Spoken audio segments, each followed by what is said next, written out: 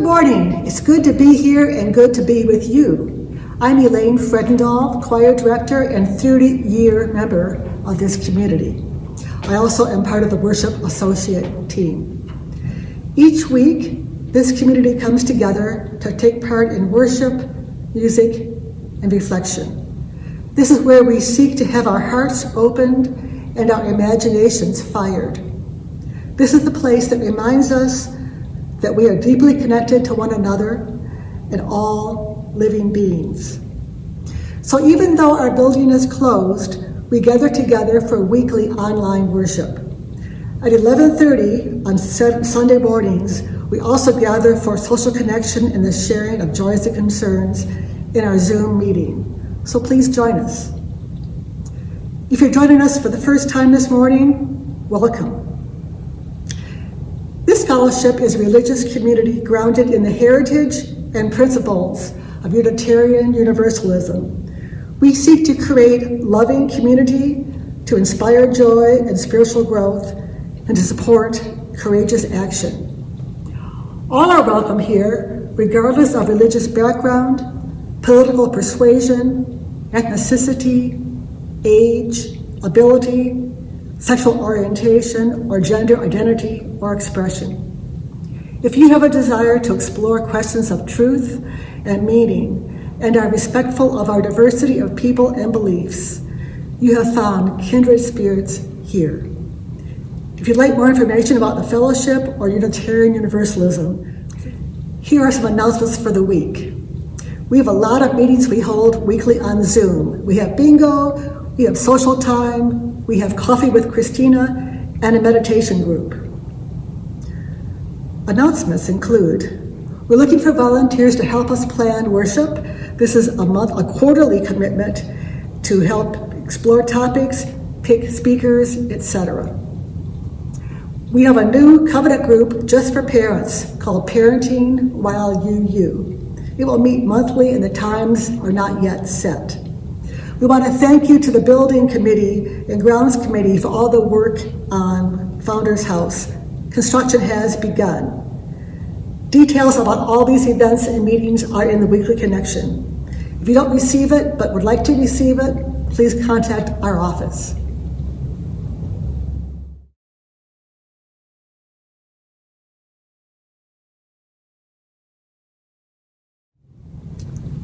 Opening words. Our call to worship is based on the words of Reverend Rebecca Parker. Let us gather together, making a place of honesty, where we commit to discover how to live among the ruins, how we might move among the ruins, and find what can be saved.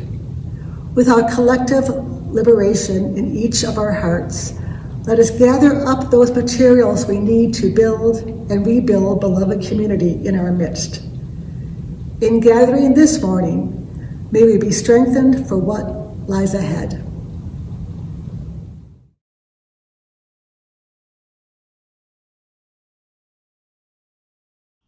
My name is Christina Branum-Martin, and I'm going to light the chalice for magic. Light the chalice.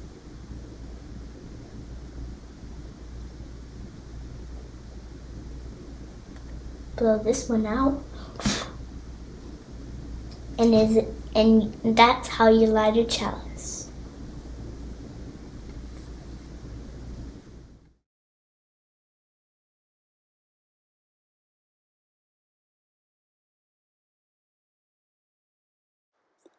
We gather together in a spirit of love, with justice as our guide. This is our chosen covenant, to dwell together in peace, to seek the truth with freedom, and to care for one another.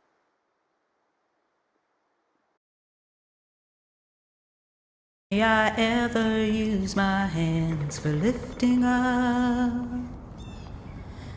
May I ever use my voice for speaking truth. May I consecrate each day and live with joy and wonder. May I sow in peace as all the wild things do. I will ever use my voice for lifting up. This voice was made for peace. I will ever use my eyes for seeking truth. These eyes were made for truth. I will consecrate each day and love with joy and wonder. And wonder. I will sow in peace as all the wild things do. There is peace on I will reap in peace as all the wild things do. Wild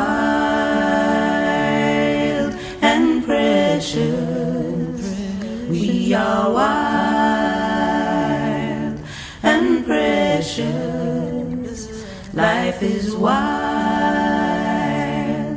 and precious.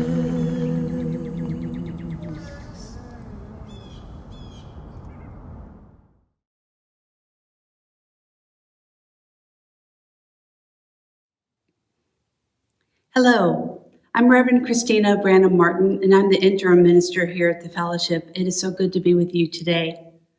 Thank you, Elaine, for the warm welcome and announcements and opening words as we begin our service today. And thank you to my youngest daughter, Elissa, for lighting the chalice at home. We now light these candles as we share our collective joys and concerns. We light this candle for those who have been dealing with isolation and with physical and emotional challenges. May this candle shine brightly for your renewed hope and health.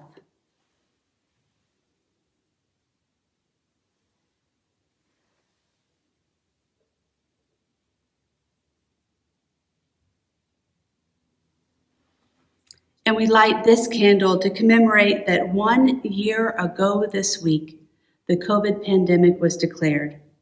It has been a long, long year. And with perseverance and vaccines, we will get through this together.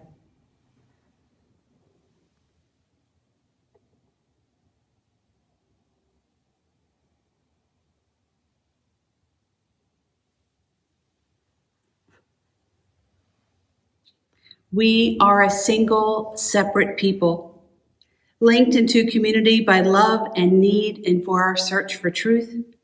What touches one touches all of us. We are grateful for these sacred connections that enable us to remember, to celebrate, to love, and to care.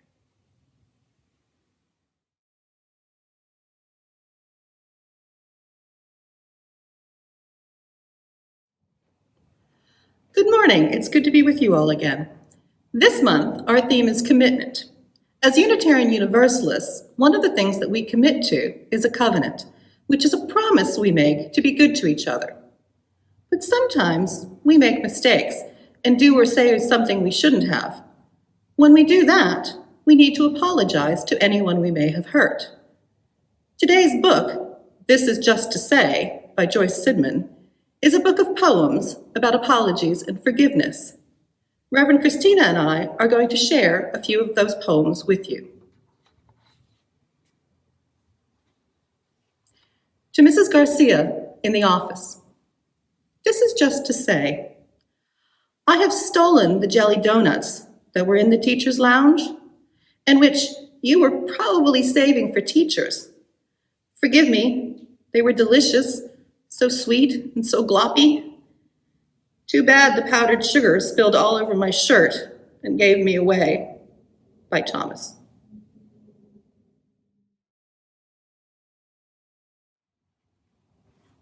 Dear Thomas, thank you for your poem. You do have a way with you, Thomas. Smiling, asking me how I'm doing today, talking a mile a minute, slipping in and out. Yes, I see you. Stealing our hearts and our donuts too. A nice boy like you can really get on in the world if he doesn't let his fingers run away with him. Of course I forgive you, but I still have to call your mother. By Miss Garcia in the office. To my sister Carrie, the black spot. That black spot on your palm, it never goes away. So long ago, I can hardly remember. I stabbed you with a pencil. Part of the lead there, still inside you. And inside me, too, something small and black, hidden away. I don't know what to call it, the nugget of darkness that made me stab you. It never goes away. Both marks, still there, small black reminders. By Alyssa.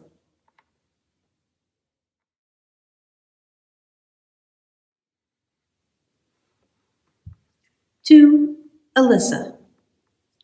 Roses are red, violets are blue. I'm still really pissed off at you. By Carrie, Alyssa's sister. To Mrs. Mertz, Fashion Sense. I am so sorry for my rude words. The classroom was so dead. No one had anything more to say about Old Yeller, and we were all crazy to get outside. The silence seemed like 100 crushing elephants. So I raised my hand and made that comment about your dress, and everyone burst out laughing. You smiled, but your smile looked like a frozen pond. People were high-fiving me on the way down to lunch, but I felt like a traitor. You know how the words slip out and you can't believe it? And they echo in your head forever and ever?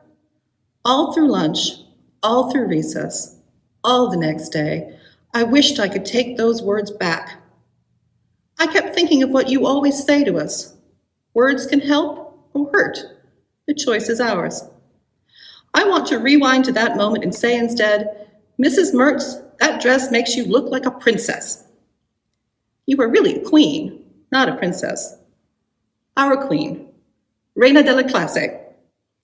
I hope you will overlook the transgressions of your loyal but loudmouthed subject and forgive me. P.S. I notice you're not wearing that dress so much anymore. Green is not good on you anyway. I like the new one with blue in it, which makes you look thinner. By Carmen. To Carmen, haiku for Carmen. Just those few warm words, and spring sunlight fills the room, and my dress turns to sky. By Miss Ruth Mertz.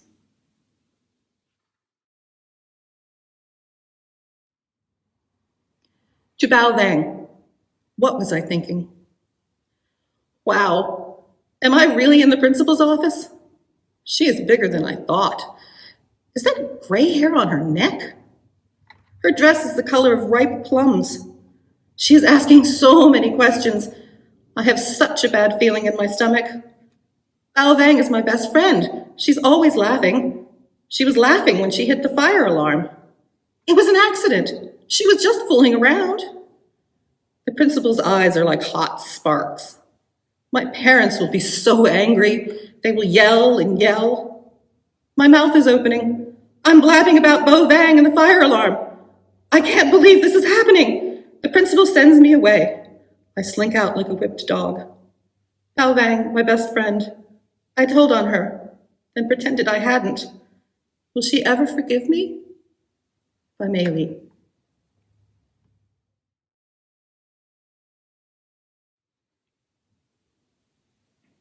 To Mei Li, the River of Forgiveness. Here I am, reading Mei Li's poem. I am wading into the river of forgiveness, thinking of alarm bells, of breaking glass, of confusion, of the fear that crushes your heart when you've done something wrong.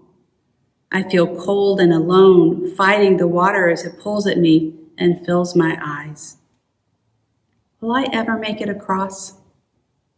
I keep thinking of a friend who helped explain the world, whose arm is always around my shoulder, a friend who stands with me in the crowd.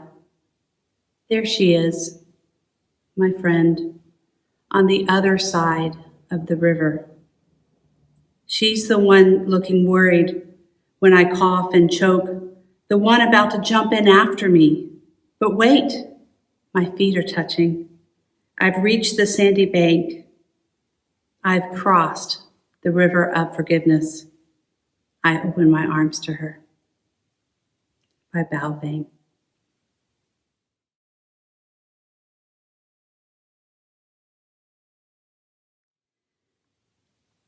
I love this book.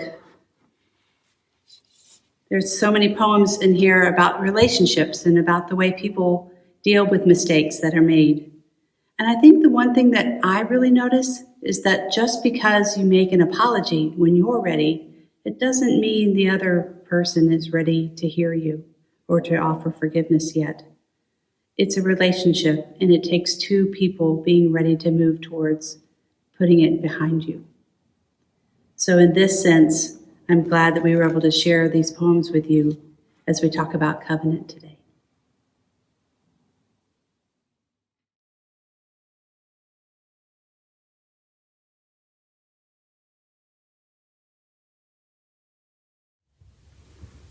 Please join me in the spirit of prayer and meditation. Prayer can be thought of as a way that we can bring our consciousness of our highest hopes for ourselves, for others, and for the planet. And meditation is a way of creating a moment of clear space to refresh our spirit and to invite in peace, even when things are difficult. So I invite you now to relax more comfortably in your chairs or wherever you are at home. Close your eyes if you wish, and join me in the calming and restorative quiet of this moment.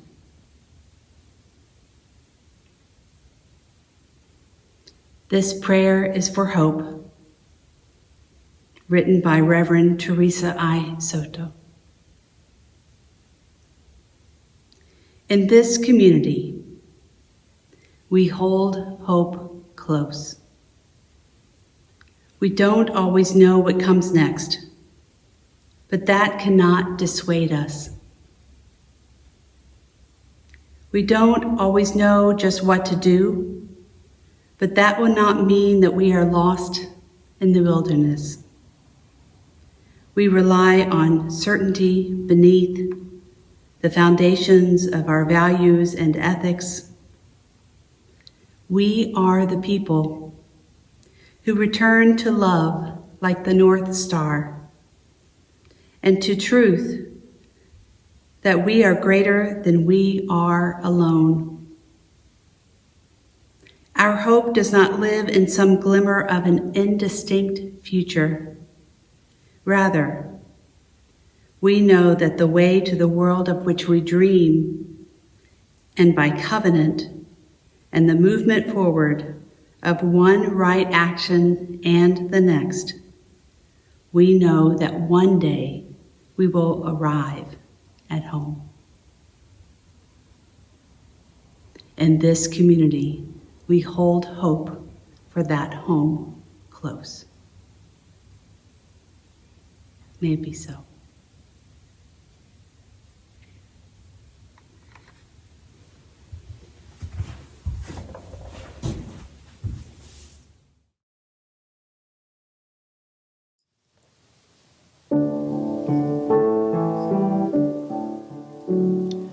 Come, come, whoever you are, wanderer, worshiper, lover of leaving, ours is no caravan of despair. Come, yet again come. Though we've broken our vows 1,000 times, though we've broken our vows 1,000 times, come, come, whoever you are, come, come, whoever you are, come, whoever you are, wanderer, worshiper, lover of leaving, ours is no caravan of leaving, ours is no caravan of despair. Come, yes, whoever you are, wanderer, worshiper, lover of leaving, ours is no caravan of leaving, ours is no caravan of despair. Come, yet again come.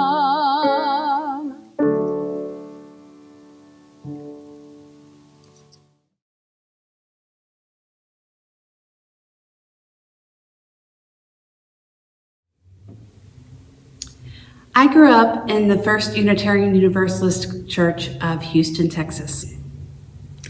It was a really large congregation in the center of town, at a big sanctuary with a pipe organ and a big choir. I sang in the church choir for about 25 years from the time of when I was 16 on. And we often sung a hymn whose lyrics were the line of a poem by the 13th century Persian poet, Muslim scholar, and Sufi mystic Rumi. It is the hymn we just heard. Come, come, whoever you are, wanderer, worshiper, lover of leaving. Ours is no caravan of despair. Come, yet again come. The choir director in my home church always included a line of the poem that is not in our hymnal. It is, though you've broken your vows 1,000 times, come, yet again come. We included it today in our recording. I've always thought that this was the most poignant line of the poem. For me, the poem seems to be an invitation to a friend and a stranger. It welcomes them regardless of their imperfections. Yet, I wonder if Rumi is leading us to a broader meaning. What if we are welcoming both the friend and the stranger, regardless of our own imperfections? Because I don't know about you, but I am an imperfect human being, and I'm reminded of that every day.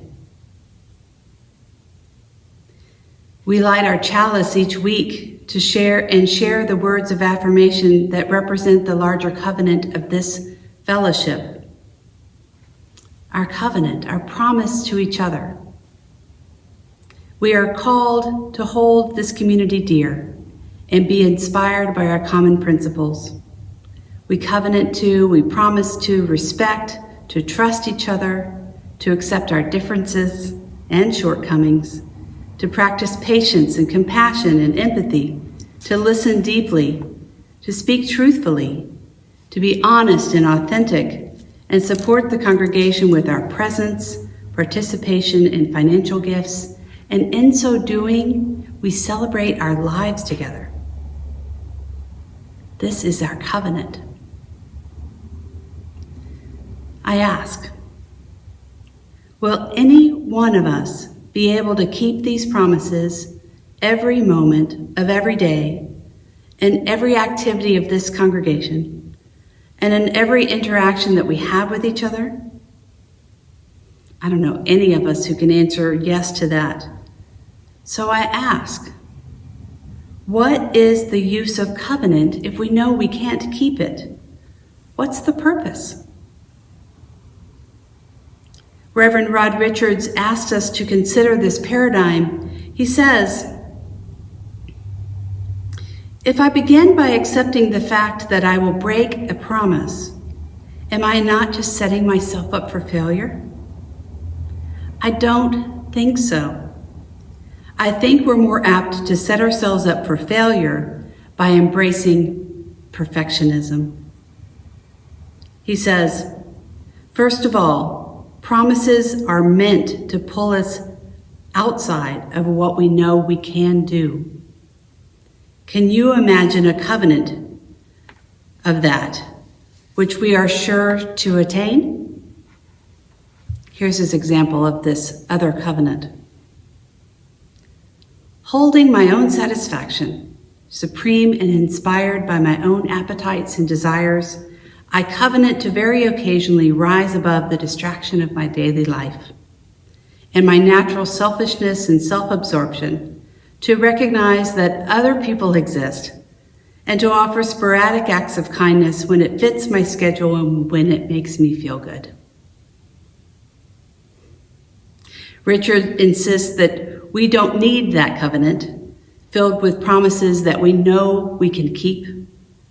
We need to share a covenant that allows us to, in the words of Beverly and David Bumball, call out of each other's strengths and wisdoms and compassions to call out that which we never knew we had. I need to make promises, Richard reflects, that allows me to tap into the words from the big book of Alcoholics Anonymous, which are applicable to all of us, addict and non-addict alike. Open quote, "We seek to nurture spiritual growth and to make promises that allow us to tap into our unsuspected inner resources," end quote. I am moved by what Richard points us to. He calls us beyond what we feel we are sure we can do. And by calling us beyond what we can achieve perfectly, we can tap resources that we never knew we had in ourselves. We need to be a part of a covenant that recognizes that by pulling us past what we know, we can do sometimes even when we fail. Thus, we need a covenant that allows for failure, for forgiveness, and restoration. I believe that far from setting us up for failure, this calls us to live into our covenant in a real and grounded, ongoing way. If we choose to construct a covenant that is based on perfectionism, that is based in the belief that a promise once broken is beyond redemption or restoration, we may never feel compelled to call on those hidden strengths of wisdom and compassion that dwell within. We may never discover those unsuspected hidden resources that come with trying and trying again because we are paralyzed by our own perceived failure.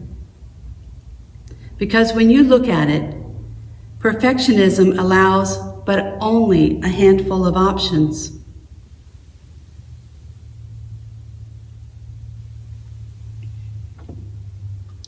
What do we do in the wake of a broken promise? First, we can live in denial and engage in creative justification for our actions or inaction, and we can try to shoehorn our behavior into that covenant. Such as, it may have seemed like I wasn't listening deeply, but I was only doing so because you were.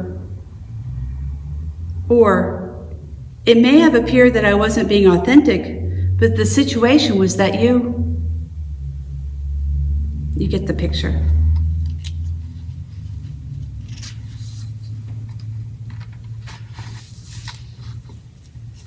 Another option about covenant is we can say, that stupid covenant, it was never achievable anyway, and stop paying attention to it.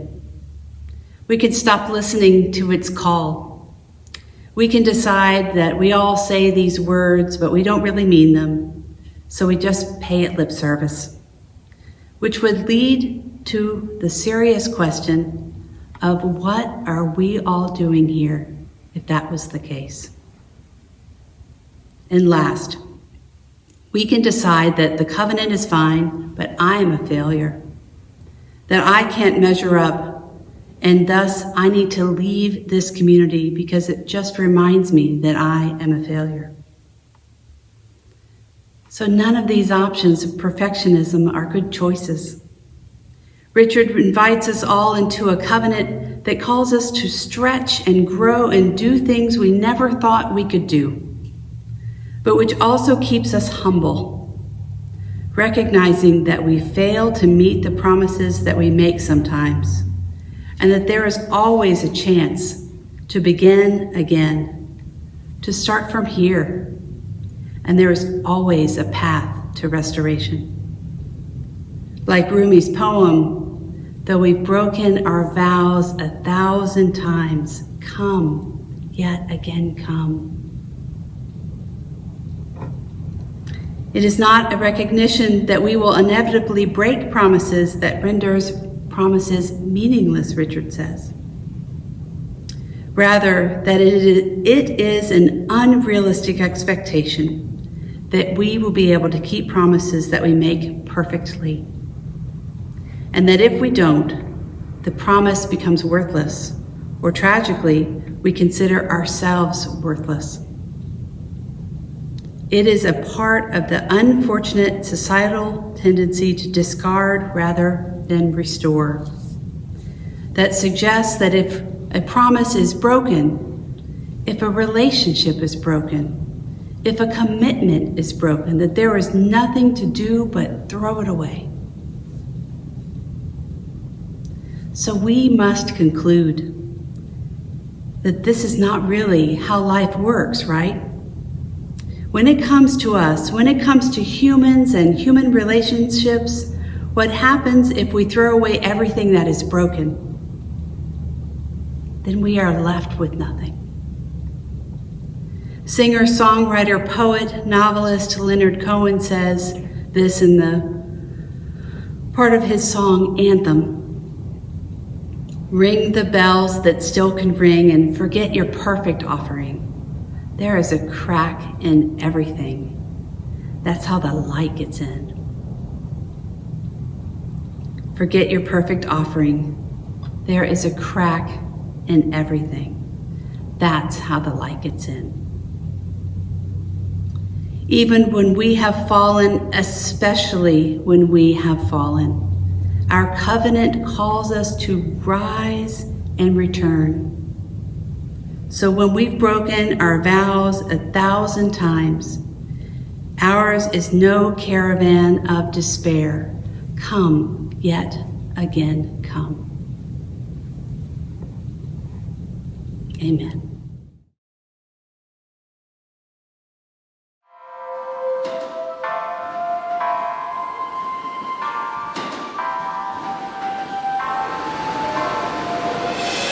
Whether you're different, same ignorant or intelligent, whether you tell the truth, lie or embellish it, whether you live in gratitude or for the hell of it, it doesn't really matter, it's still one single fellowship. Whether you've been lustful or living celibate, whether you're an optimist or only see the negative, whether you're dead broke or rich from inheritance, doesn't really matter, we're made of the same sediment. Whether you got a family or single parenting, or you're Asian, African, European or American, whether you pray to God or atheist is irrelevant, cause what you got inside is the same as all your preference. It'll change your heart, it'll change your mind, and then you'll start to change. So keep loving everything you touch, everyone you see will soon become your family. Do you see yourself in the troubled, in the homeless? Can you say everywhere you are is where your home is? Sharing your heart in the dark just like a lotus, letting your light shine bright so you can flow there. Everlasting love of grace like those did Jesus, Muhammad, Krishna, Buddha, and Moses, who carried the weight of the world upon their shoulders. So every time you fall down, go ahead and hold this close to your heart, cause you're a love soldier, and every time you get a chance, you pay it forward. Moving closer to heaven's gates, we're all soaring. Because of you, love is where we're headed towards. It'll change your heart, it'll change your mind, and then you start to change. So keep loving everything you touch, everyone you see will soon become your family.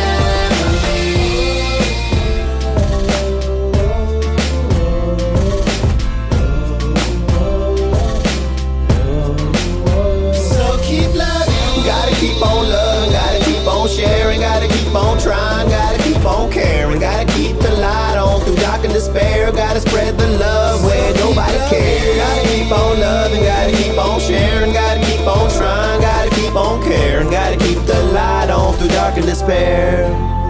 So keep loving, it'll change your heart, it'll change your mind, and then you'll start to change. So keep loving everything you touch, everyone you see will soon become your family.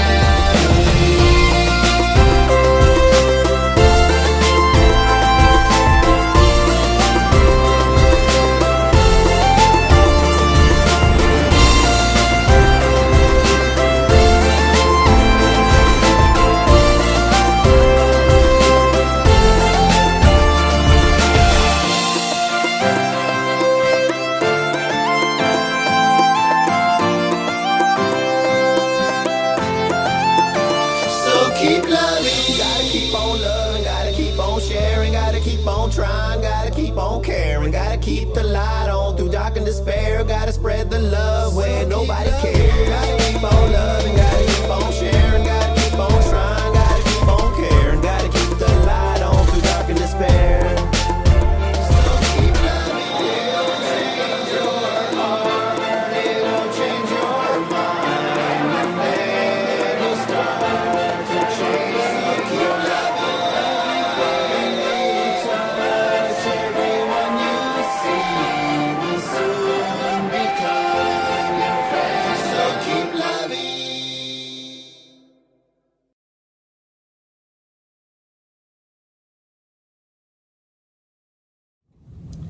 Our service has come to an end, and now we extinguish this flame, but not the light of truth, the warmth of community, or the fire of commitment. These we carry in our hearts until we are together again.